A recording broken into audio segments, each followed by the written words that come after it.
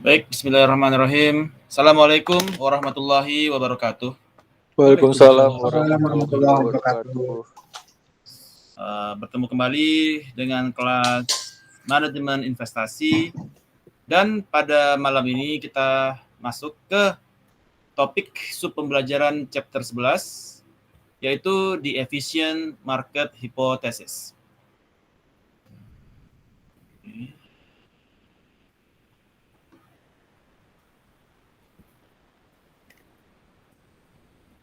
Alright, so di dalam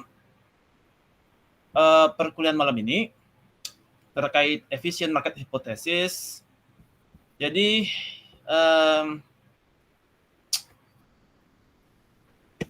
di tahun 1953, Maurice Kendall found no predictable pattern di dalam stock prices, di mana prices are likely to go up as to go down on a particular day.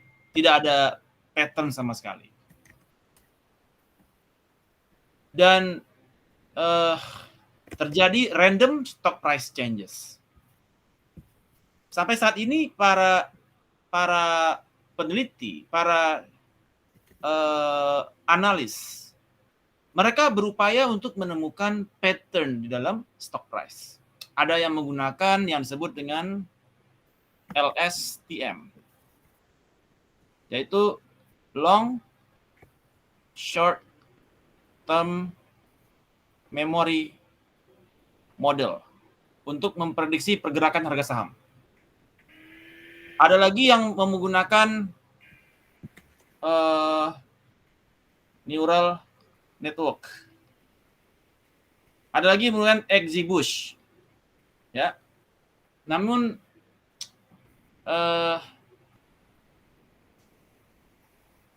mungkin ada beberapa saham yang bisa dia baca, tapi tidak bisa secara umum seluruh saham dia baca. Jadi sampai sekarang para peneliti masih berusaha keras untuk memecahkan kotak Pandora terhadap random stock price changes. Efficient market hypothesis says stock price already reflect terhadap all available information. Ya. Di mana a forecast about the favorable future performance leads to favorable current performance. Jadi di dalam efficient market hypothesis, harga saham sudah reflect berdasarkan seluruh informasi yang dimiliki.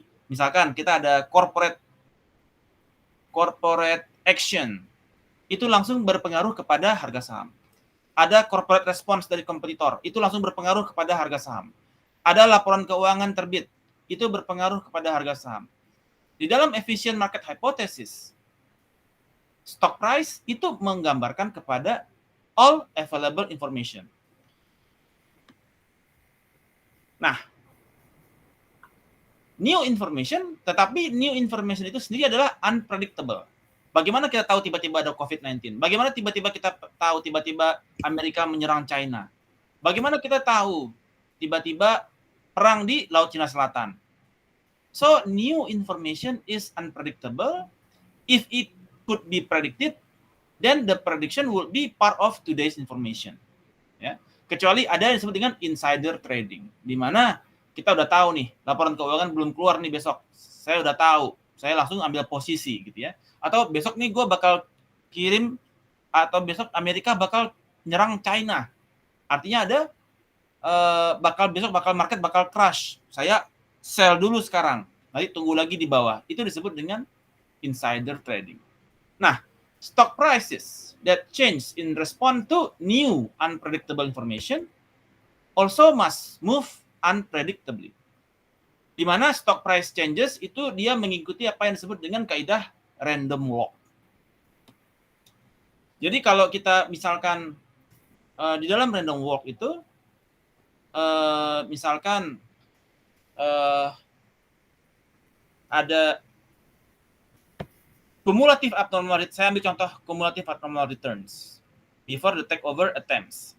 0 ini adalah tanggal takeover. Jadi misalkan tanggal ini adalah jadwal M&A, merger ataupun acquisition, ataupun takeovers. Ya. Ketika takeovers dilakukan, itu di hari itu juga dia langsung naik sekitar 16 basis point. Ya. Jadi terjadi abnormal returns before and after. Jadi kalau before baru dengan issues. Ternyata langsung terjadi tanda tangan terhadap merger dan acquisition. Ada merger Bank Syariah Mandiri, Bank Syariah BRI, dan Bank Syariah BNI. Terjadi merger. Harganya langsung jumping. Ada terjadi kumulatif abnormal return. Tetapi ketika berita-berita itu udah mulai ada, itu harga saham udah mulai naik. Itu salah satu contoh dari bentuk abnormal returns. Nah, kemudian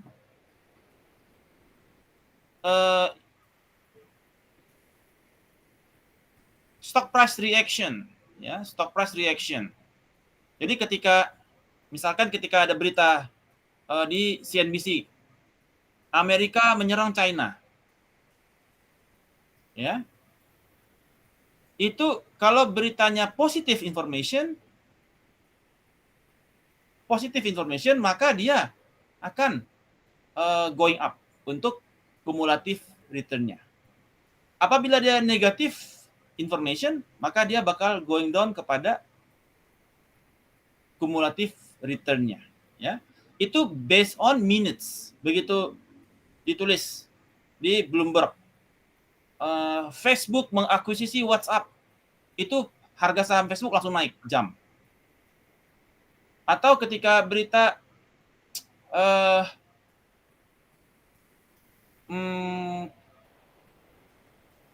Waskita Karya berhutang 60 triliun, langsung harga Waskita langsung hancur.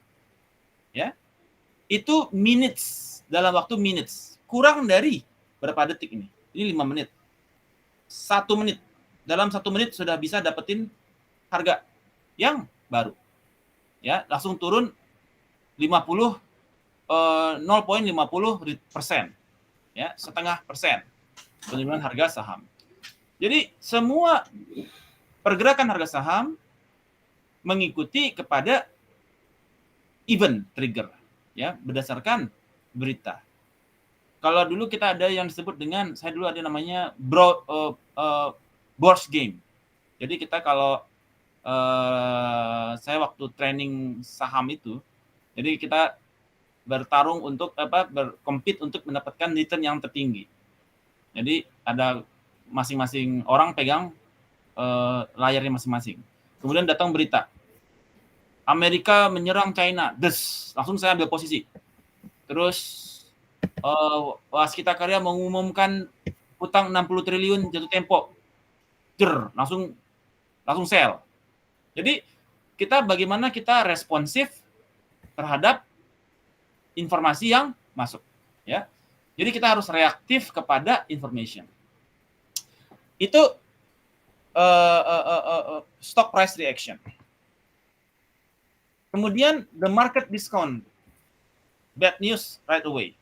Jadi the market ketika mendapatkan bad news itu informasinya langsung right away. Ya, ketika dia bad news, jeder, langsung hancur. Ya. Nah, terjadi minus sekian basis point. Ya.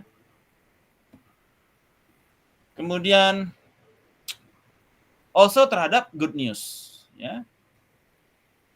Oke. Nah, efficient market hypothesis dan competition. Informasi adalah the most precious commodity di Wall Street, di bursa saham. Informasilah yang menjadi konsumsi yang dicari oleh para pemain. Dia selalu mencari informasi yang terbaru, terkait dan paling relevan, paling recent, dan paling mempengaruhi, dan dia memberikan impact pada pergerakan harga saham.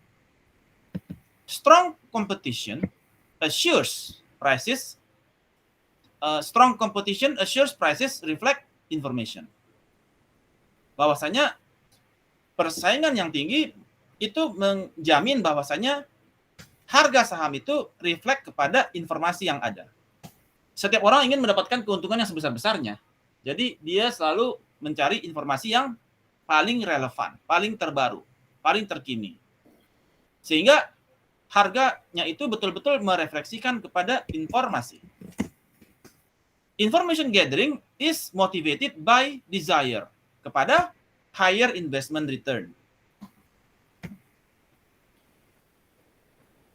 Semua orang dalam rangka mencapai superior return, dia melakukan information gathering.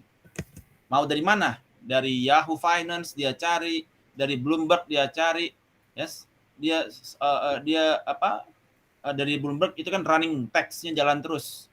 Berapa laporan keuangan segala macam. Dia selalu dan dia kondisi makro maupun mikro. Makroekonomi seperti apa? Pengaruhnya kepada harga saham bagaimana? So, kepala selalu berpikir, apakah it gives positive externalities,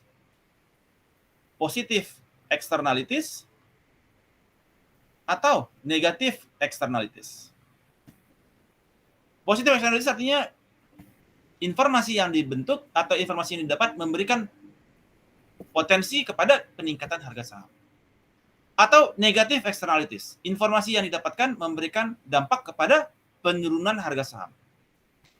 The marginal return on research activity may be so small that only managers of the largest portfolio will find them worth pursuing.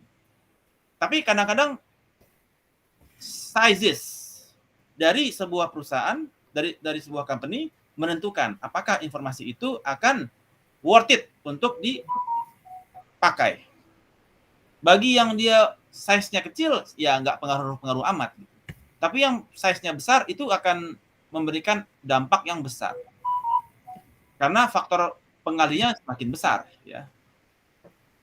Kalau ada pertanyaan langsung shoot aja ya. Saya gas terus nih.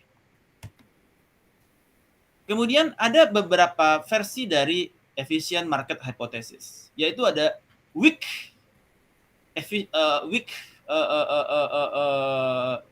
efficient market hypothesis yang weak, kemudian ada yang semi strong, ada yang strong. Weak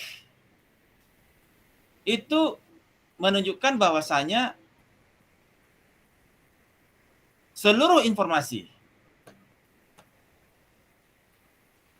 yang seluruh informasi dari kegiatan trading, baik berupa harga pembuk prices, harganya opennya berapa, interestnya berapa, ya, all information on the trading data is already in the price.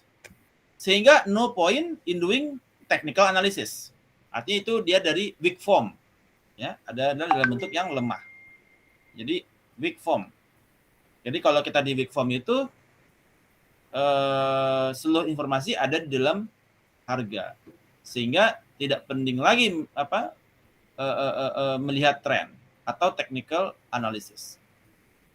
Kalau semi strong form, all publicly available information on fundamental is already in the price, semi strong. Jadi secara fundamental, financial statement analysis. Jadi bahwasanya all publicly available information on the fundamentals dari perusahaan itu ada di dalam harga. Dan ada lagi yang strong form. Prices reflect all the information relevant to the firm, including that only available to insiders. Ya, strong form. Harga menggambarkan kepada semua informasi yang relevan kepada perusahaan, bahkan termasuk di dalamnya insider information. Itu udah strong form. Ya. Kalau semi strong, insider information-nya kita masih belum dapat. Kalau strong, insider information kita udah dapat langsung.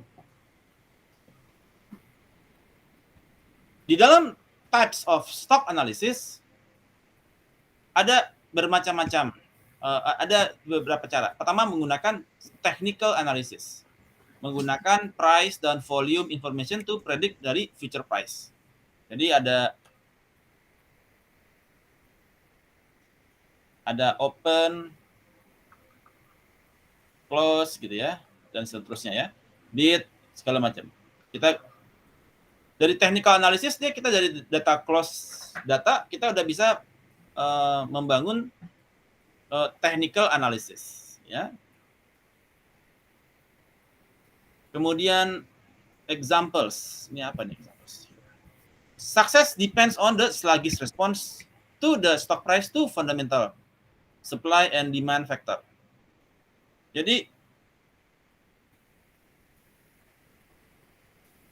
bagaimana kita, sebentar, kalau di dalam technical analysis ada macam-macam cara. Ada yang menggunakan moving average, ya nanti kita di slide berikutnya nanti ya. Moving average, ada yang moving average 2 bulan, 3 bulan, 1 minggu, dan seterusnya ya.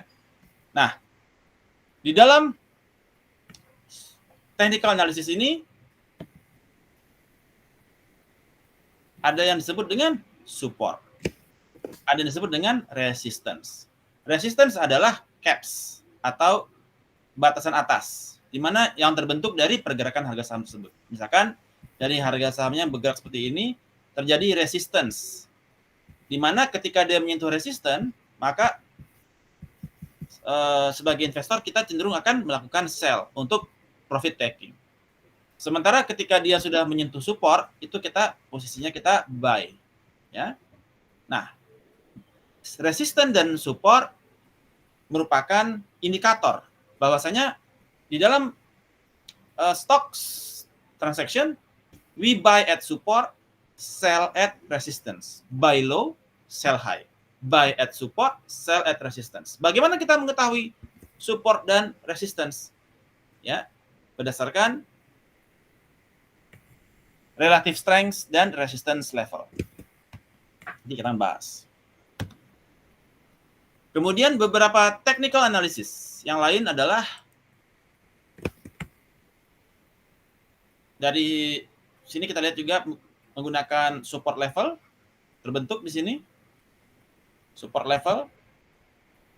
Jadi kita bagaimana mencari support level dari pergerakan harga saham. Dan kita juga melihat resistance level.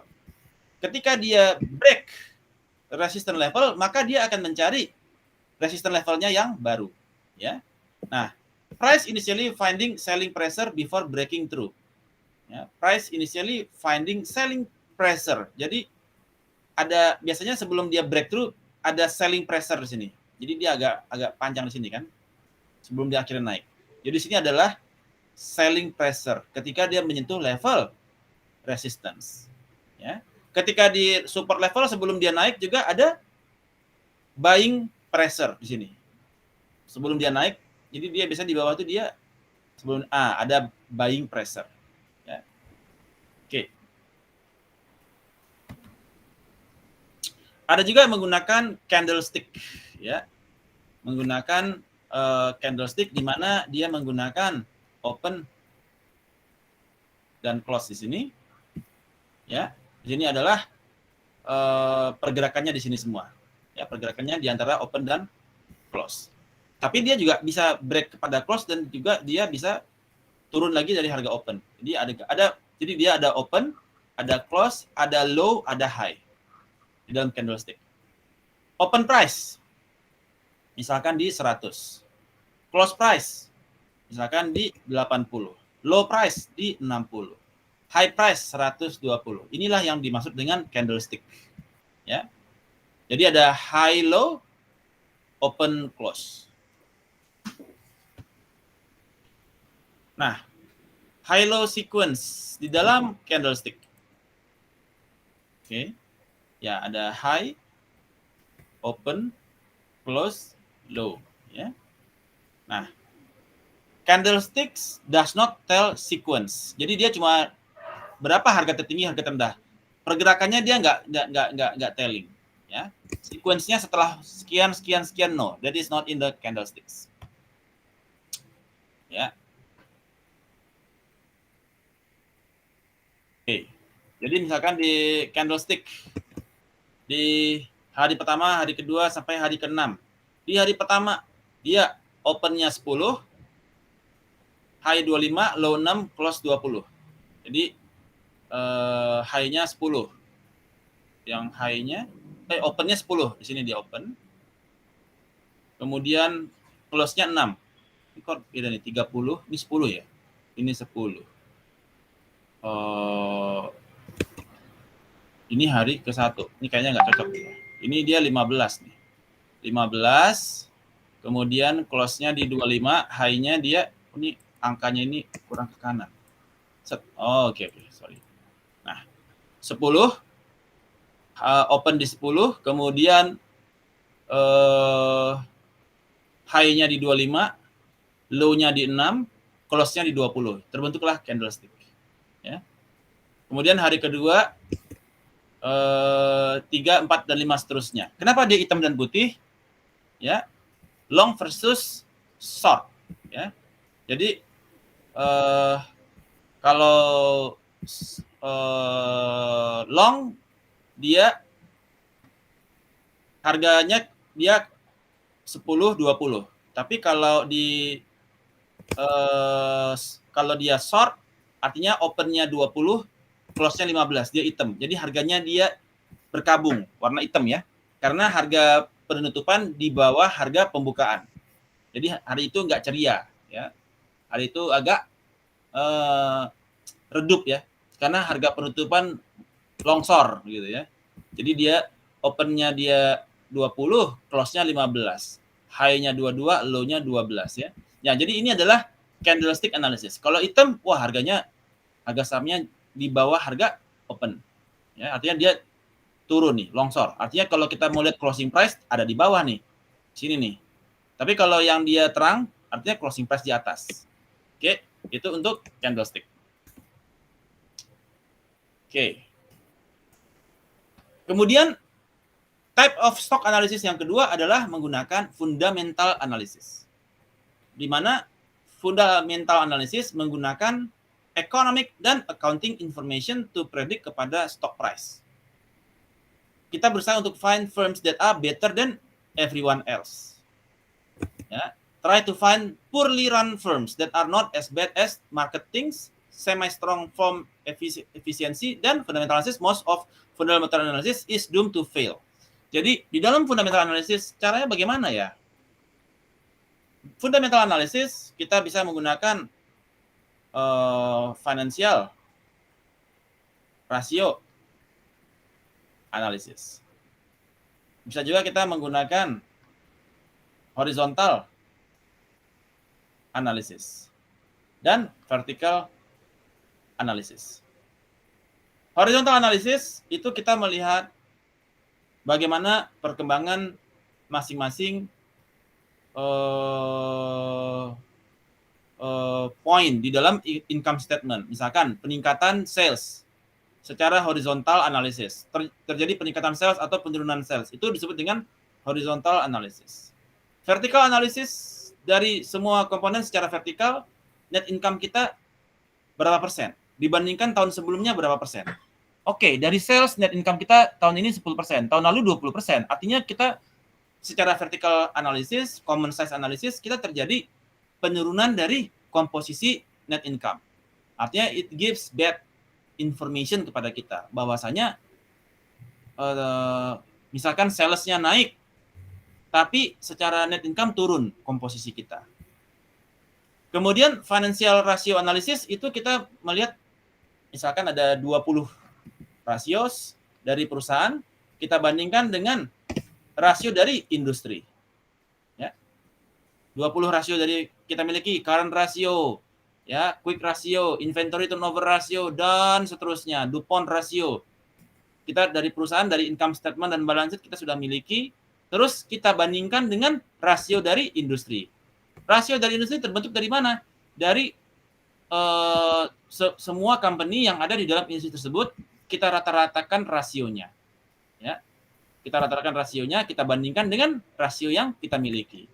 Misalkan, inventory turnover, rasio kita adalah inventory turnover kita misalkan adalah 8.0. Secara industri, inventory turnover adalah 9.0. Pertanyaan saya, apakah kita lebih bagus atau lebih jelek daripada industri? Good or bad? Inventory turnover kita 8.0, industri 9.0. Kita good or bad?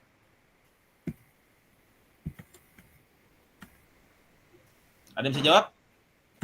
Good ya dokter, kan semakin kecil berarti semakin cepat ya nggak sih? Salah. Oh, Bad. salah. Artinya inventory habis 9 kali di industri dalam setahun. Inventory kita habis 8 kali dalam setahun. Kebayang? Oh iya, 9 berarti lebih cepat ya, lebih bagus ya. Lebih banyak putarannya. Oke. Siap. Sekarang rasio, misalkan collectibility ratio, collectibility turnover. Kita misalkan collectibility kita itu 7.0. Industri 8.0. Mana yang lebih bagus? Kita bad or good? Collectibility turnover. Bad, Pak. Gimana Pak Jaden? Yang kitanya bad, Pak, karena lebih kecil dari industri. Yes. Implikasinya kemana? Berarti kita lebih sedikit menghasilkan uang cash dibandingkan dengan perusahaan pesaing. Salah. Implikasi Ya, implikasi collectibility turnover kepada apa?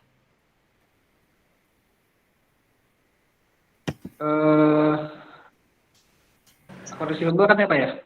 Kepada collection duit. Kalau 7.0 artinya kita dalam account receivable kita itu berapa hari? 12. Oke, 7 bagi 12 berapa? 12 bagi 7 berapa? 1,4 ya, Pak. 1,4 dikali 30 berapa? Ya, 30 hari. Artinya sekitar 50 hari misalkan. Ya. Sementara dia 8.0. 12 dibagi 8 1,2 misalkan dikali 30. 40 hari. Jadi secara industri duit dibayarin 40 hari. Kita 50 hari baru dibayar invoice kita.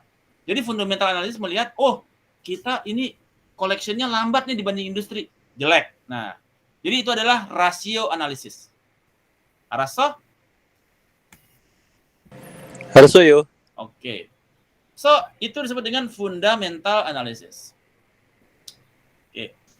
Most of fundamental analysis is doomed to fail. Nah, ini juga menarik. Jadi, fundamental analysis juga itu juga cenderungnya juga gagal juga. Nah, kenapa? Karena dia laporan keuangan itu oke. Kenapa fundamental analysis itu dia sering gagal? Ada yang bisa jawab? Dalam memprediksi kepada stock price. Laporannya lampau, Pak. Kenapa? Laporannya lampau. Iya, karena laporannya itu sekali setahun, sekali 6 bulan gitu ya. What happened in between itu kita nggak tahu. Tiba-tiba COVID. Ya, setelah laporan keuangan tahun 2019 bagus. Artinya kita buy nih. Tiba-tiba di tengah tahun 2020 COVID.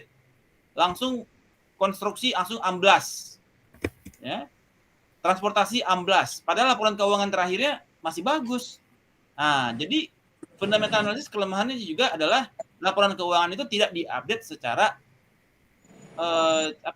pace-nya lebih cepat tidak, tapi sekali 6 bulan, sekali kuartal gitu ya. Jadi mempengaruhi kepada tidak relevan kepada harga pada saat ini. Alright.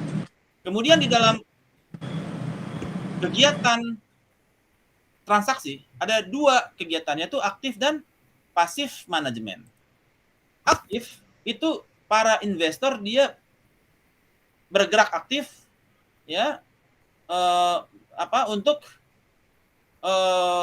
mendapatkan superior gain ya. Jadi dia mau override the index.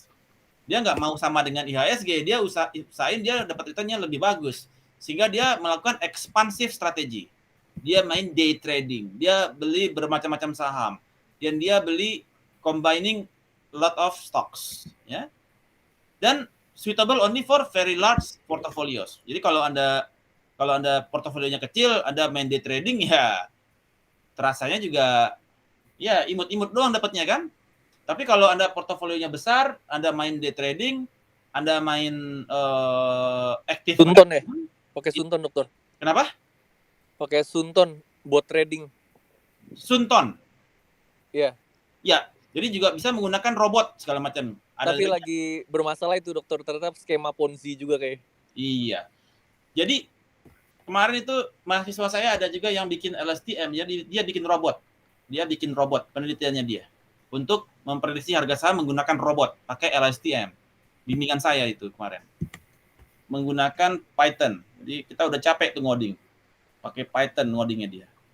Ya. Dia nggak ngerti coding, akhirnya dia ngambil bootcamp untuk coding pakai Python. Dan akhirnya selesai. Tesisnya udah kelar. Ya, sekarang lagi masukin jurnal. Jadi dia bisa untuk prediksi harga saham menggunakan LSTM. Tapi tidak semua saham yang cocok. Hanya saham yang di lapis 1 atau lapis berapa gitu ya. Tidak semua lapis dia cocok untuk LSTM-nya. Jadi ada yang dia responsnya bagus kepada LSTM, ada juga yang nggak bagus. Jadi tapi untuk spesifik saham tersebut dia udah bisa prediksinya udah lumayan lah ya. Kalau di atas 50% kan udah lebih lah ya. Misalkan udah bisa 60, 70, walaupun belum 80, 90 terhadap akurasinya ya. Masih ya 59, 56, 60, tapi that gives better indication rather than kita sama sekali buta ya terhadap pergerakannya. Kemudian passive management. Bahwasanya tidak ada rencana untuk outsmart the market. Ya. Jadi kita udah efficient market hipotesis itu udah bener. Jadi kita terima aja, terus kita sesuai sama IHSG aja lah, sesuai sama indeks. Ya, jadi kita nggak mau bermain yang terlalu ini ya, terlalu aktif gitu ya. Sehingga juga biayanya juga cost-nya lebih murah, nggak perlu bayar transaksi fee. Ya. So ada dua manajemennya, ada yang aktif manajemen, ada yang pasif manajemen. Anda kalau sebagai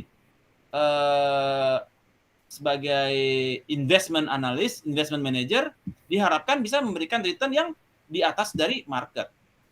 Kayak Anda pegang Aksa Mandiri gitu ya, sebagai investment manajernya Aksa Mandiri untuk portofolionya, untuk NAB-nya si Aksa gitu ya. Nah itu Anda harus memakai active management. Kalau Anda pakainya pasif ya ngapain gitu ya, bayar Anda mahal-mahal kalau Anda pasif cuma pasang di blue chips gitu ya. Itu. Kemudian market efficiency and portfolio management.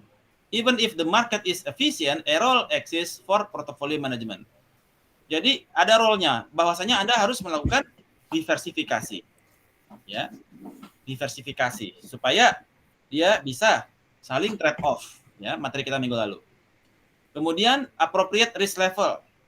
Ya. Si customer Anda risk averse atau risk taker. Nah, juga harus Anda tahu.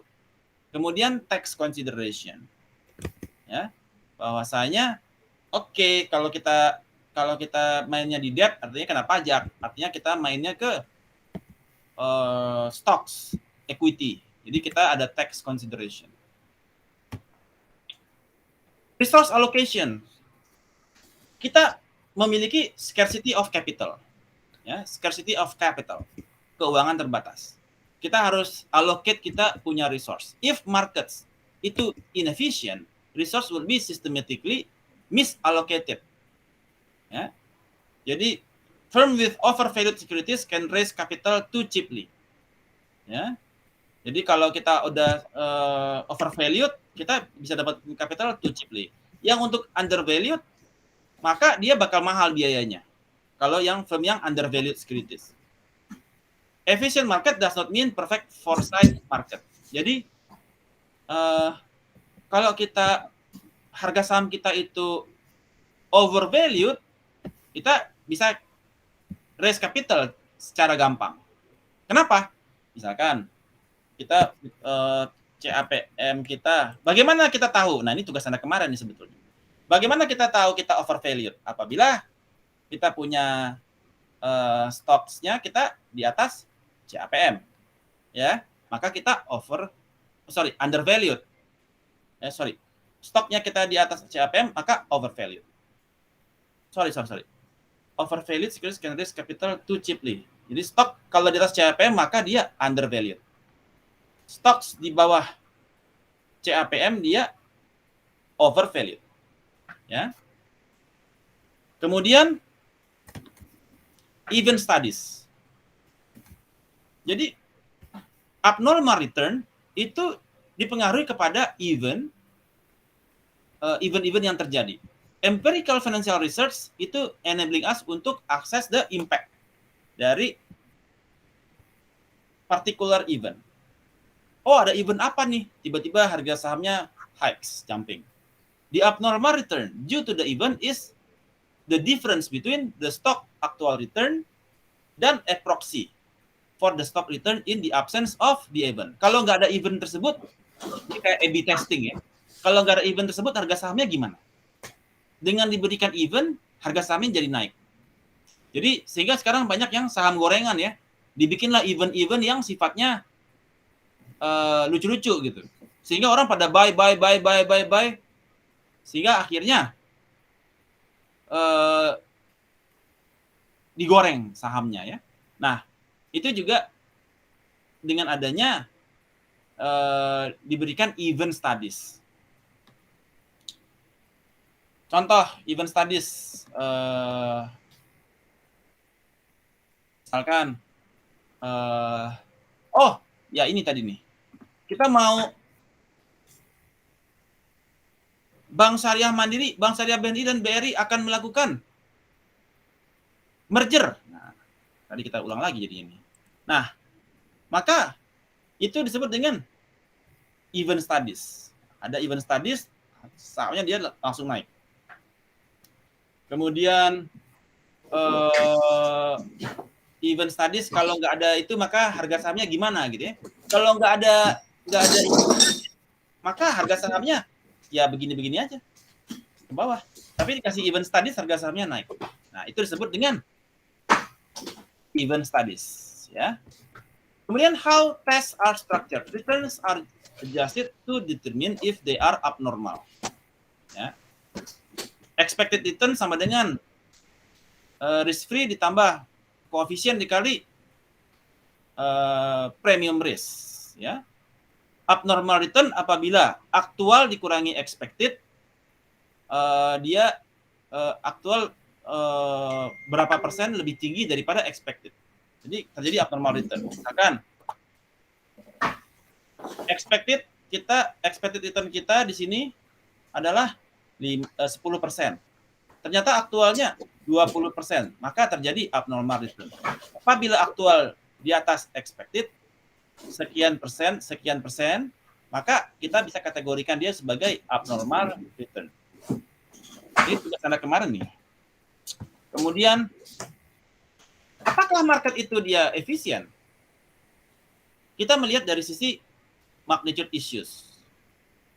Only managers dengan large portofolio yang bisa dia earn trading profit. Kalau dia portofolionya dia gede. Ya. Sehingga bisa make pada exploitation of minor mispricing dia worth it. Karena dia arbitrage-nya itu dia kecil-kecil ya. Spread-nya itu tipis-tipis. Tapi kalau kita portofolio kita besar, maka itu bisa memberikan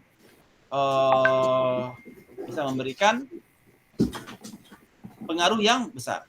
Dan juga seperti di dalam day trading. Anda belum punya barang, buy 100 lot, terus sell 100 lot. Padahal duit Anda cuma cukup untuk bayar, duit Anda nggak cukup, tapi Anda Anda berani melakukan itu. Jadi Anda berdasarkan margin. Itu juga bisa mendapatkan potensial gain, memanfaatkan magnitude issues. Tapi resikonya juga besar. Bisa saja nanti Anda jadi pulang-pulang pergi kantor naik mobil, pulang udah tinggal bawa celana doang gitu ya. Udah habis, gagal, salah strategi. Kemudian selection bias issue. Only unsuccessful or partially successful investment schemes are made public. Jadi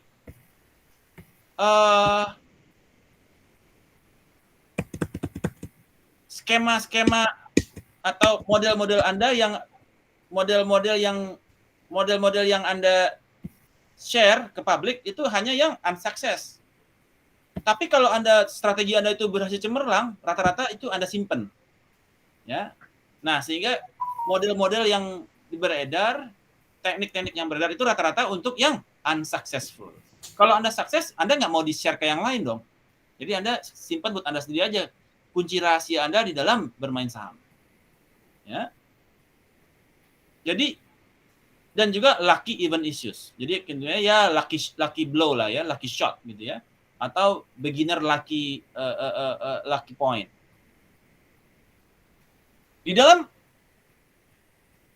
Jadi di dalam R market efficient tergantung kepada magnitude issues dan bias. Terhadap weak form.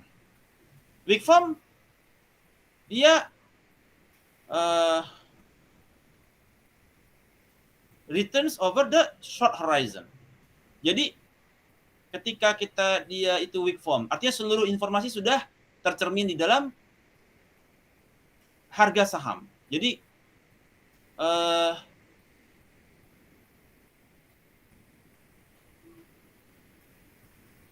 good or bad performance continues over short to intermediate time horizon. Jadi lebih kepada short horizon yang diharapkan ya bisa memberikan return yang superior. Kemudian Fama and Friends. Nah, ingat materi kita minggu lalu, Fama and Friends yang dia arbitrage pricing theories. Fama and Friends itu dari penelitian yang menunjukkan bahwasanya aggregate return are higher with higher dividend ratios. Jadi kalau Anda dividen rasionya itu tinggi, semakin tinggi dividen ratios, maka aggregate return-nya semakin tinggi. Jadi itu predictors of broad market returns yang diteliti oleh Fama and Friends. Makin besar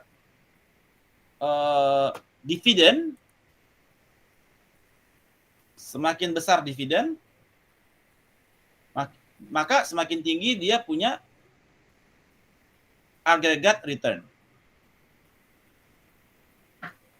Campbell and Shiller, earning yields can predict market return. Kim dan Stonebolt, bond spread can predict market return. Jadi mereka dari penelitian mereka menemukan insights ya. Nah, di dalam semi strong test banyak terjadi untuk mengetes anomali adalah kita bisa menggunakan price earning effect. Di price earning effect ini, jadi perusahaan, companies, semakin kecil PE-nya, maka return-nya semakin besar. Nah, ini agak kebalik nih. Ya. Semakin kecil PE-nya semakin ini PE, ini adalah return. Semakin kecil PE, return-nya semakin besar. Atau kebalik ya, sama aja sih. Ini adalah PE, ini adalah return. Ya. Semakin kecil PE, maka return-nya semakin besar.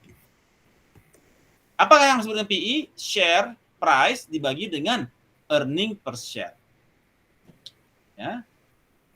Semakin kecil PE, maka return yang diberikan semakin besar. Kemudian ada juga small firm effect. Untuk perusahaan-perusahaan small firm effect. Jadi return dari perusahaan kecil, semakin kecil perusahaan, return-nya semakin besar. Nah, itu lebih lucu lagi. Jadi small firm effect ini, semakin kecil perusahaan semakin kecil perusahaan secara size, return-nya semakin besar. Size perusahaan ya. Jadi semakin kecil size perusahaan, maka return semakin besar. Ini adalah anomali-anomali yang terjadi ya. Keanehan-keanehan yang terjadi. Semakin kecil size perusahaan, return-nya semakin besar. Size itu dia lihat dari mana? Dari sisi aset. Semakin kecil asetnya, return-nya semakin gede. Asetnya yang kecil, return-nya gede. Makin gede aset, return-nya makin kecil. Kemudian neglected firm effect. Ya. Neglected firm effect. Liquidity effect.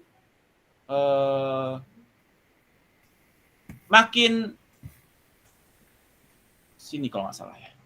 Neglect. Ini untuk yang ini yang size. Semakin tinggi size, semakin kecil size company-nya. Satu, dia return-nya makin besar. Ya. Makin besar size, return-nya makin kecil. Ini anomali. Kemudian portofolio. Ya. Semakin kecil portofolio, return-nya pun semakin besar. Size based portofolio, makin kecil portofolio, return-nya semakin besar. Kemudian book to market ratio. Ya, semakin tinggi book to market ratio, return-nya juga semakin besar. Makin tinggi book to market ratio, semakin besar. Bentar nih Pak. Oke. Kemudian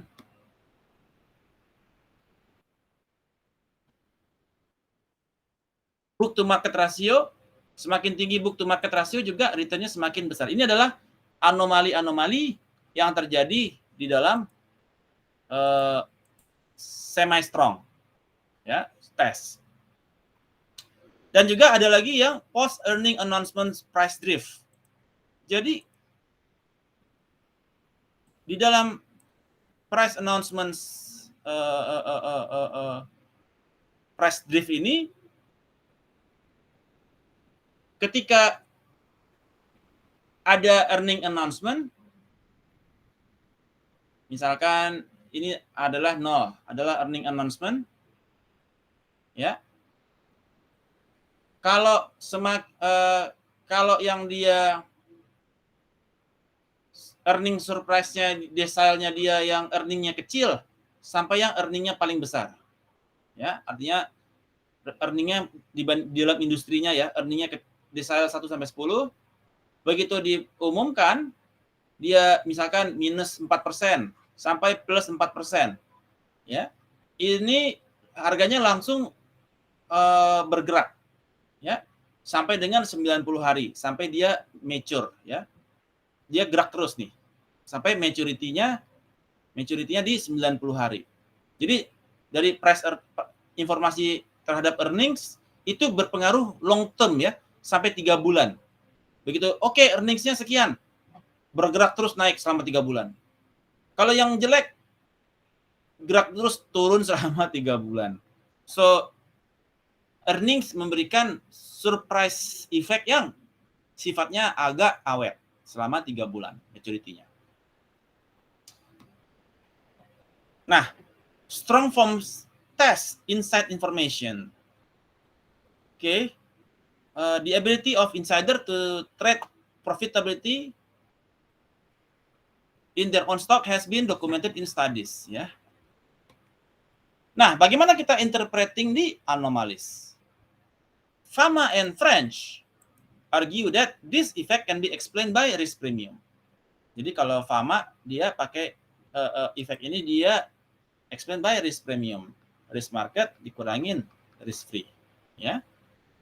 Lakonis argue that these effect are evidence of inefficient markets. Jadi bahwasanya market itu dia inefficient. Bukan efisien lagi, sudah inefficient karena terjadi anomali. Ya. Anomali-anomali yang tadi saya sebutkan itu menunjukkan oleh Lakonis shock itu menunjukkan bahwasanya market inefficient. Bagaimana kita interpreting terhadap evidence tersebut? Ya, anomalies atau data mining. Some anomalies have disappeared. Ya, book to market size and momentum may be real anomalies. Jadi kayak tadi ada January effect. Biasanya dulu itu ada January effect ya. Jadi bahwasanya ketika kita masuk di tahun baru 2021 misalkan, harga saham itu naik di awal. Itu disebut dengan January effect. Semua saham kecenderungannya naik. Ya. Tetapi some anomalies has been disappeared. Ya. Udah nggak ada lagi sekarang January effect. Kemarin pas Januari harga saham tetap aja jeblok tuh. Oke. Nah, anomalies over time. Attempts to exploiting them move prices to eliminate abnormal profits. Jadi ada attempt usaha untuk exploiting kepada anomali tersebut yang mana membuat harganya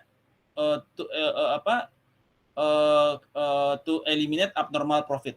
Jadi ada ternyata karena market sudah tahu, jadinya kembali ke kesetaraan yang baru. Jadi udah nggak ngaruh lagi over time.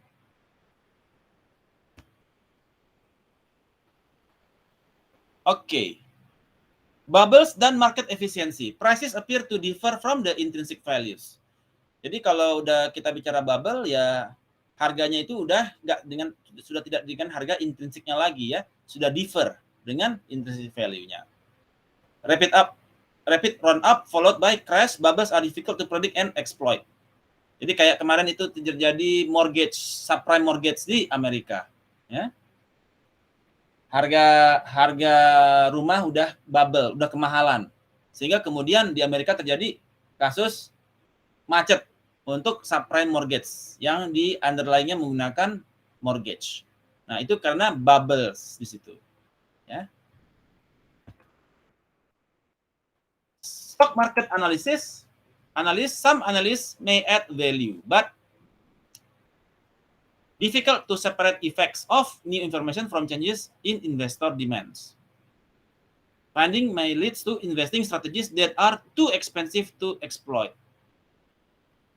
Jadi ketika kita melihat stock market analysis, kita kadang-kadang kalau kita ingin melakukan strategi akan too expensive to exploit karena biayanya ada transaction fee segala macam, terus resikonya juga besar gitu ya.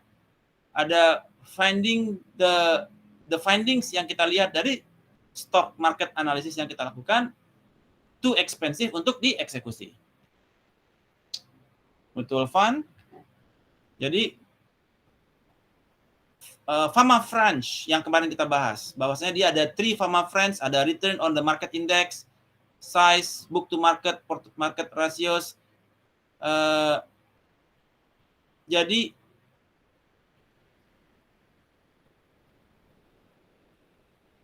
Fama and Friends menjadikan benchmark kepada market index. Return on, jadi dia bisa melihat benchmarking atau disebut juga kita benchmark kepada indeks alternatif benchmark untuk return ya, return saham ya. Bisa menggunakan market index, kemudian size dan book to market ratios.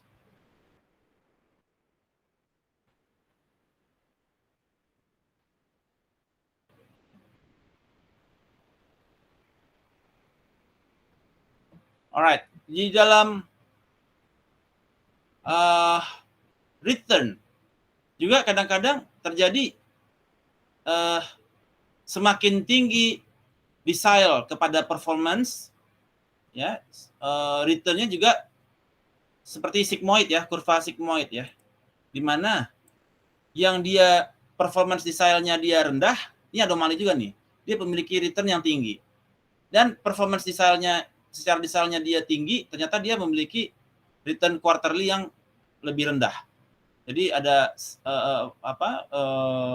ranking secara desire.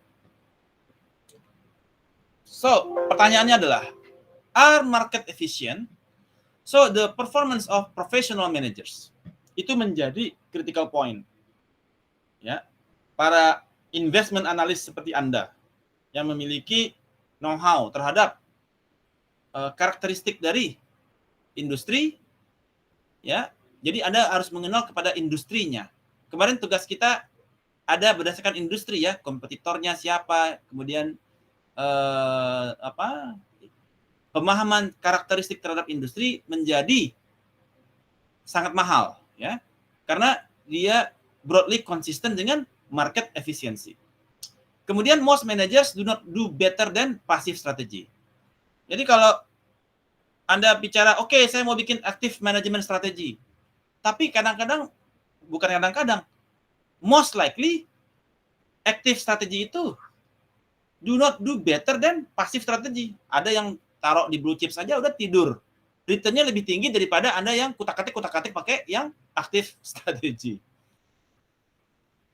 Tapi ada juga yang superstar, yang jago banget di dalam active management ini. Ada Peter Lynch, Warren Buffett, George Soros, ya, yang mereka bisa memberikan superior return di atas dari indeks, ya, yang mana